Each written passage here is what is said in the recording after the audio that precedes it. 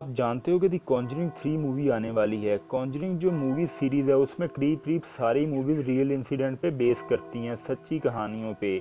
जैसे हमने Annabelle movie के बारे में सुना था, वैसे ही पूरी दुनिया के सबसे बड़े रियल इंसिडेंट को दी कॉन्जरिंग पार्ट 3 में दिखाया जाएगा, जो 4 जून 2021 को रिलीज़ होगी।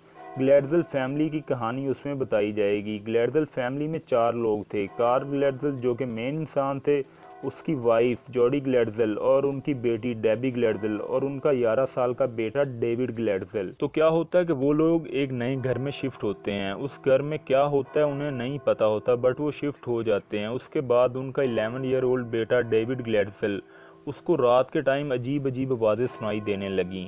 रात में वो अचानक से चिल्लाने लगा अपनी नॉर्मल आवाज़ में, और फिर अगले दिन किसी और की आवाज़ में उसके मुंह से चीखें निकलने लगी। और उनकी फैमिली ने ये भी नोटिस किया कि उसकी बैक पे अचानक से कोई निशान बन जाते हैं। उन्होंने डेविड से पूछा तो उनको लगा कि नए घर में शिफ्ट होने की वजह से ये थोड़ा अनकंफर्टेबल है, बट निशान कैसे आ जाएंगे। डेविड हमेशा ये कहता था कि उसे एक ओल्ड इंसान, एक बूढ़ा आदमी दिखाई देता था रात के टाइम, शुरू शुरू में और बाद में दिन के टाइम भी। उन्होंने डॉक्टर को बुलाया लेकिन कोई इम्प्रूवमेंट नहीं आई। क्रिस्ट को बुलाया, कोई इम्प्रूवमेंट नहीं आई। लास्ट में paranormal investigator ED and Lauren Warren को बुलाया उन्होंने। उनको डेविड ने ये कहा कि ये बूढ़ा इंसान ये कहता है कि वो इसको मार डालेगा और मुझे अपनी दुनिया में ले जाने की धमकियां देता है।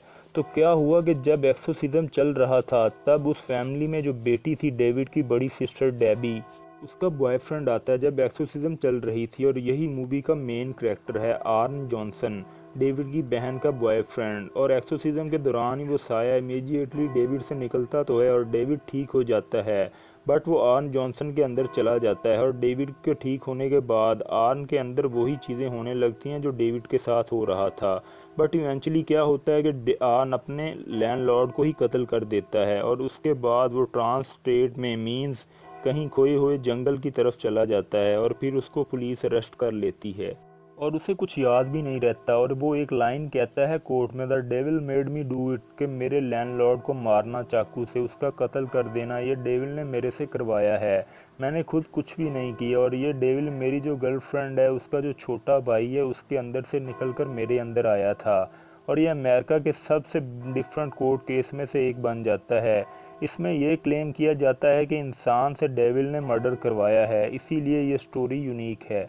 और आप लोगों के ज़हन में आ रहा होगा कि ये सब कुछ तो कोई भी आगे कह सकता है कि ये मैंने नहीं किया, मुझसे डेविल ने करवाया है। बट इस केस में ऐसी ऐसी कई चीज़ें हुई थी कि एक्सोर्सिज्म के दौरान बॉडी का अपने आप लटकना और ऐसी ऐसी और भी कई चीज़ें हुई थी। मतलब लग रहा था कि ये सच में हुआ है, वो कोई झूठा क्लेम नहीं कर रहा था। इसीलिए ये इतना पॉपुलर हुआ था। नहीं तो कोई भी आके कह सकता है कि ये मैंने मर्डर नहीं किया, मुझसे डेविल ने करवाया है। ये तो बहुत ही अच्छा स्केप हो गया, लेकिन इस केस में कहीं कहीं सच्चाई थी, इसी वजह से ये इंसिडेंट इतना बड़ा हुआ था। नहीं तो ऐसा क्लेम करने वाले कई लोग हैं। So that was the info. Video को लाइक, शेयर एंड कमेंट कर दें, और मज़ीद अच्छी अच्छी वीडियोज़ के लिए हमारे चैनल को सब्सक्राइब कर दें। शुक्रिया, अल्लाह हाफिज़।